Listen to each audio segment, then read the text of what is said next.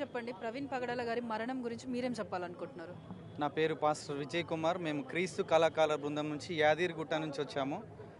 నిన్నటి నుంచి ఈ వార్త తెలిసినప్పటి నుంచి చాలా బాధగా ఉంది. తోటి దైవజనుడు మరణించాడంటే, నా సహోదరుడు మరణించినంతగా నేను బాధపడుతున్నానంటే, ఒక క్రైస్తవుని మీద జరుగుతున్న ఈ దాడులు గత కొన్ని సంవత్సరాలుగా జరుగుతున్నాయి. మేము క్రైస్తవులము ఒక సత్యమును బోధిస్తున్నాము కానీ ఒకరిని చంపమని కానీ ఒకరిని కొట్టమని కానీ మేము ఎవరం ఎక్కడ బోధించట్లేదండి. ఎందుకు అన్నను ఇంత పగబెట్టుకున్నారో నాకు అర్థం కావట్లేదు. కానీ అన్న ఏ డిబేట్లో కూర్చున్నా మెల్లగా నెమ్మదిగా సమాధానం ఇచ్చే వ్యక్తి. కానీ ఇంత ఘోరంగా అసలు అందరు అంటున్నారు ఇది మర్డరే అని, కానీ 100% ఇది మర్డర్గానే కనిపిస్తుంది. కానీ ఏ రాజకీయ నాయకులు మరి ఏం చేస్తారో 29 తారీఖు రిజల్ట్ ఇస్తామని చెప్తున్నారు. కానీ ఆ రిజల్ట్ మాకు అనుగుణంగా ఇస్తారనే మేము నమ్ముతున్నాం. ఎందుకంటే ఒక క్రైస్తవుల మీద జరుగుతున్న ఇది ఒక దాడిని బట్టి మేము చాలా ఖండిస్తున్నామండి.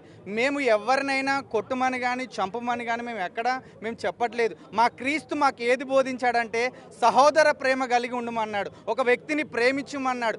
చాలా అండి, ఒక మనిషి చనిపోయిందంటే శత్రువుని ప్రేమించమన్నాడు మా దేవుడు.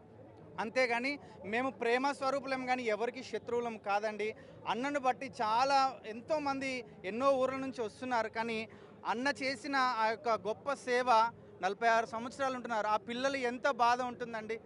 తన భార్యకు కానీ తన మమ్మీకి కానీ ఒక వీడియోలో చెప్పాడు, మా అమ్మగారు ఆరోగ్యం బాగలేదని చెప్పాడు.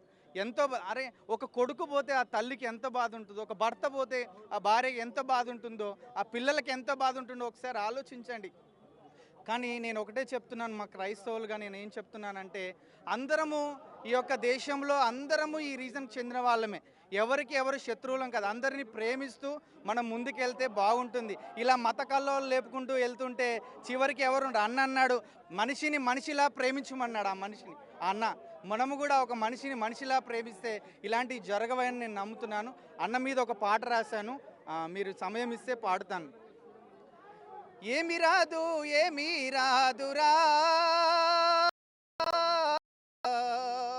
ఈ మనుషుల వెంబడి, యేసు తప్ప ఎవరో రారురా. ఏమి రాదురా ఈ మనుషుల వెంబడి, యేసు తప్ప రారురా. సుఖము దుఃఖము ఉన్నానాడు చుట్టు బలగము ఉంటారయ్యా, సుఖము దుఃఖము ఉన్నానాడు చుట్టు బలగము ఉంటారయ్యా. వచ్చిన సేవు కలుడయ్యో ప్రవీణన్న మరణము ఈ దేశానికి ఎంతో మరణమయ్యో. ఏమి రాదురా ఈ మనుషుల వెంబడి. ఒక కుటుంబంలో అందరూ ఒకేలాగా ఉండరు, ఈ సమాజంలో అందరూ ఒకేలాగా ఉండరు. కానీ ఒక మనిషిని చంపడం అనేది చాలా ఘోరమైన శిక్ష అది.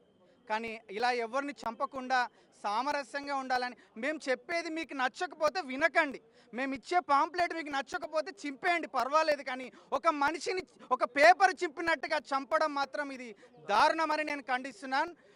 మాకు ఖచ్చితంగా న్యాయం జరుగుతుందని మేము నమ్ముతున్నాం. మాకు న్యాయం జరగాలని, ఇలాంటి దాడులు ఇంకెక్కడ జరగకూడదని మన క్రైస్తవ సమాజమా మనము మేల్కొనే సమయం ఇంకా ఆసన్నమైంది. ఇలాగ మనము చూడకుండా వెళ్ళిపోతే ఈరోజు పగడాల ప్రవీణ్ అన్నను చంపారు, రేపు నన్ను చంపుతారు, రేపు ఇంకో రోజు ఇంకోరిని చంపుతారు. అజయ్ నెక్స్ట్ యూట్యూబ్లలో చెప్తున్నారు, ఫేస్బుక్లో నెక్స్ట్ అజయ్ నువ్వేరా అంటున్నారు. అంటే ఇంత ధైర్యంగా మీరు మాట్లాడుతున్నారంటే మీకు మాత్రం స్వేచ్ఛ ఉంది, క్రైస్తవులకు స్వేచ్ఛ లేదా? మీ రాజకీయ నాయకులకు ఓట్లప్పుడే ఈ క్రైస్తవులు కావాలా? ఈ ఉట్టేప్పుడు మేము అవసరం లేదా? ఓట్ల కోసము మోసపోయే మనుషులం కాదు మేము. ఏదో లోకంలో అంటారు కదా, ఓట్ల గురించి కాదు. దయచేసి మేము క్రీస్తు ప్రేమను పంచేవారము, మీరు కూడా మా ప్రేమను అర్థం చేసుకొని మీరు మాకు సహకరించండి అని మేము అందరికీ తెలియజేస్తున్నాం. థ్యాంక్ యూ అండి, థ్యాంక్ యూ. పగడాల ప్రవీణ్ అన్న గారి మరణాన్ని చూసి చాలా బాధేస్తూ ఉంది.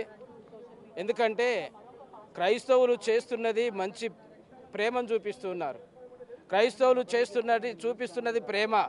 ఎందుకంటే ఈ క్రైస్తవులలో ఉన్నటువంటి ఐక్యతను చూస్తూ ఉన్నారు కదా. ఇంతవరకు నిజంగా లేనటువంటి ఐక్యత దేవుడు ఏ రకంగా ఇచ్చాడో మనిషిని ప్రేమించమంటున్నాడు, కానీ మనిషిని ద్వేషించడం అని చెప్తలేడు మా దేవుడు. కనుక ఎవరైతే మరి ప్రవీణ్ అన్న కుటుంబం మీద ఆయన మీద దాడి చేశారో, మరి ఎవరైతే ఈ యొక్క రాలేనటువంటి ఈ యొక్క పోలీసు నుంచి రానటువంటిది, లేకపోతే పోస్ట్ మార్టం రానటువంటి రిపోర్టును త్వరగా ఇవ్వాల్సిందిగా నేను మనవి చేస్తున్నాం.